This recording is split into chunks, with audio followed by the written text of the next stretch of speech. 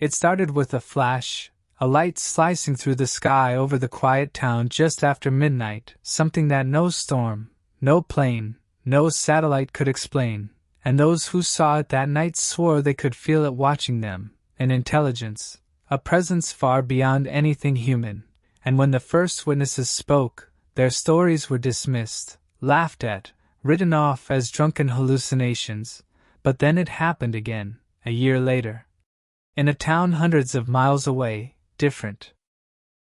witnesses, different faces, different lives, yet the description was the same, the way it hovered, impossibly silent, impossibly fast, the way its lights pulsed like a heartbeat that wasn't theirs but somehow synced with theirs, and there was a pattern, subtle, almost invisible, like it wanted to be noticed but only by those who were looking in exactly the right way, and when you map the sightings over time, a trail emerges.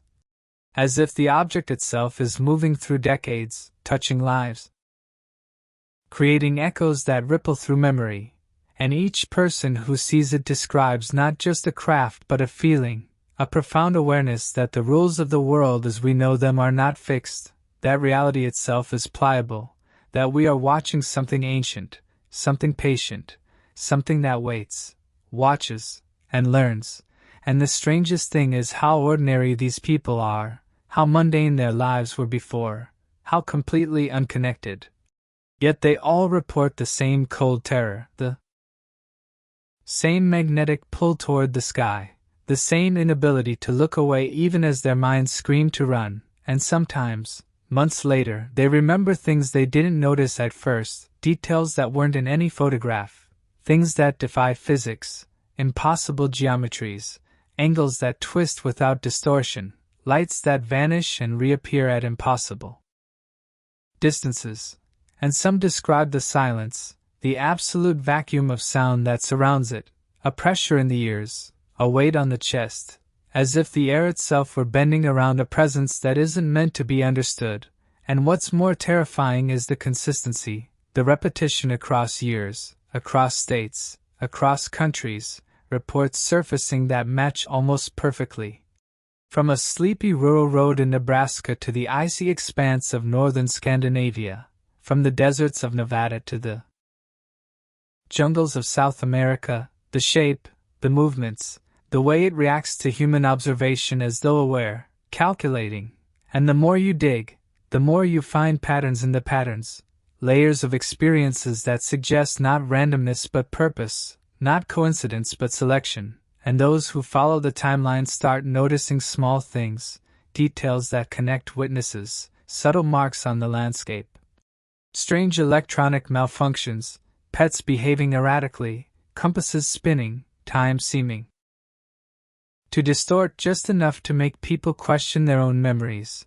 And some of the earliest reports date back decades, almost forgotten now, old newspapers tucked in basements, yellowed pages with accounts dismissed as hoaxes at the time, yet when you read them, a shiver runs down your spine, because the descriptions are identical, the same eerie glow, the same hovering, the same inexplicable acceleration.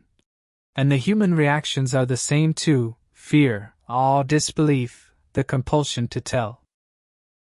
someone, and the desperate, unexplainable urge to look again, to try to understand, to capture proof, even knowing it may be impossible, and each new report only strengthens the impossible puzzle, as if some intelligence is threading its way through generations, through geography, through culture, leaving breadcrumbs for the ones paying attention. And when experts try to analyze, skeptics step in, but anomalies persist. Radar blips that vanish, pilots who refuse to discuss it publicly.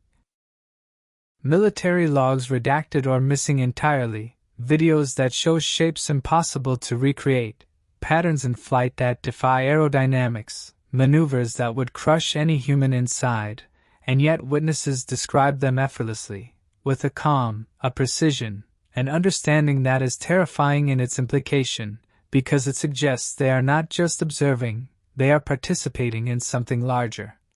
Something we cannot comprehend, a game or experiment,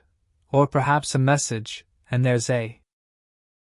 psychological weight too, stories of sleep disruption, obsession, fleeting visions during the day, a constant awareness that something might appear at any moment, and the idea that you are part of a very small, very specific group who has shared an experience that almost no one else will ever understand. And the older the sightings get, the more profound they feel, decades apart yet all part of the same continuum. A single object, a single phenomenon, moving silently through time and space. Touching lives in ways science cannot measure, logic cannot explain, and faith cannot interpret, and those who speak out often find themselves isolated, ridiculed, yet compelled to share because the memory is burned too deep, a sight impossible to forget, the weight of it pressing on consciousness, a reminder that our world is not as solid as it seems,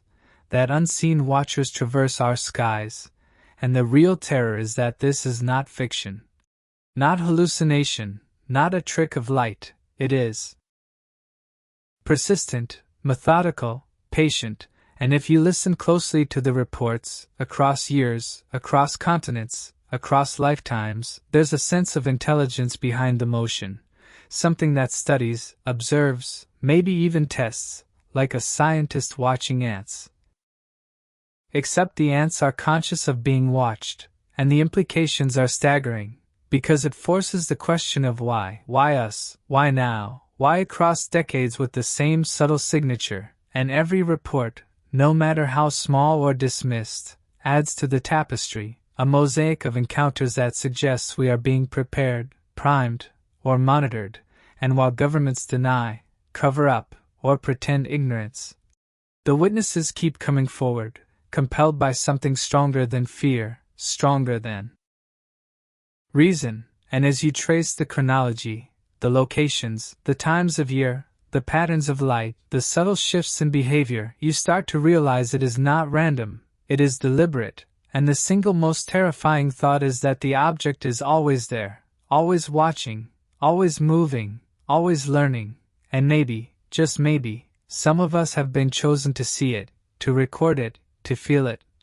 and to remember that no matter how long you wait, how far you travel, how much you forget, the sky may never be truly empty again, and when you examine the old files, reports from the 1940s, 1950s, pilots from World War II diaries, handwritten notes describing strange disks and lights that moved faster than anything they had ever seen, yet these reports were buried or dismissed, and then decades later, in the 1970s and 1980s, the reports surged again, almost in waves, with descriptions so precise that it's impossible to ignore, glowing orbs that moved in perfect formations, triangular shapes, with silent engines, sudden vanishing acts that left cars stalled on highways, cameras failing at the exact moment of closest approach, witnesses describing an almost hypnotic fascination, a draw to the object as if it were calling them, and over time, people noticed changes in themselves after encounters, subtle but undeniable, an increased perception of light and movement, dreams that felt like memories, an inability to fully articulate what they saw, as though the event had exceeded the limits of language, and psychologists called it trauma, some called it mass hysteria, yet the similarities across continents defy coincidence, and some stories even hint at physical traces, scorched earth, imprints in the soil, strange metallic residues, and when analyzed, these traces often cannot be matched to any known material. Some slightly radioactive, some reflecting light in impossible ways, and then there are those who report interaction, subtle, almost imperceptible, lights that follow them as they drive, movements that mimic human gestures, and always, the same pattern in the stars, the same sequence of lights pulsing as if in communication, and for decades, researchers have tried to break the pattern, to decode the movement, but the object seems aware of observation, altering its path just enough to frustrate attempts, to avoid detection, to remain just outside comprehension. And the more you learn, the more you realize this is not a prank, not a misperception, this is a persistent, intelligent phenomenon with a single purpose unknown to us, leaving a paper trail in the minds of witnesses, an imprint in the fabric of human experience, and those who try to live normally after seeing it often cannot, driven by the need to tell the story, to find others who saw it, to map the sightings, to make sense of what cannot be fully understood, and some even become obsessed. Following lights across deserts, forests, oceans, risking careers, relationships, sanity, because the memory of it refuses to fade, a memory sharper than any trauma, colder than any fear, and yet undeniably real, undeniable in its consistency, its precision, its persistence. And perhaps the most unsettling thing is that this object, whatever it is, whatever it has been doing for decades, does not appear to intend harm, at least not in ways we can measure. It observes, studies, waits, and every year, every decade, every century it has touched continues to produce the same accounts, the same witnesses, the same feeling of an ancient, patient awareness that our reality is only partially visible, and we are only just beginning to notice it, to understand that what we see is a fragment of something immense, something ancient, something beyond our comprehension. Something that may have been here long before we existed, and will remain long after we are gone. And if you close your eyes, listen to the night, if you are lucky or unlucky, depending on how you see it, you might just feel the pull of that presence, a reminder that the sky is never truly empty, that we are being watched, that our understanding of existence is incomplete, and that perhaps, somewhere above us, across decades, across continents, across generations, the object continues to move silently, invisibly, persistently, leaving a trail of witnesses who carry its memory forever. And in that memory, in that unshakable certainty, lies a question that no one can answer, a question that will echo as long as humans look up at the night sky, a question that begins simply, terrifyingly, unavoidably, why, and what does it want from us?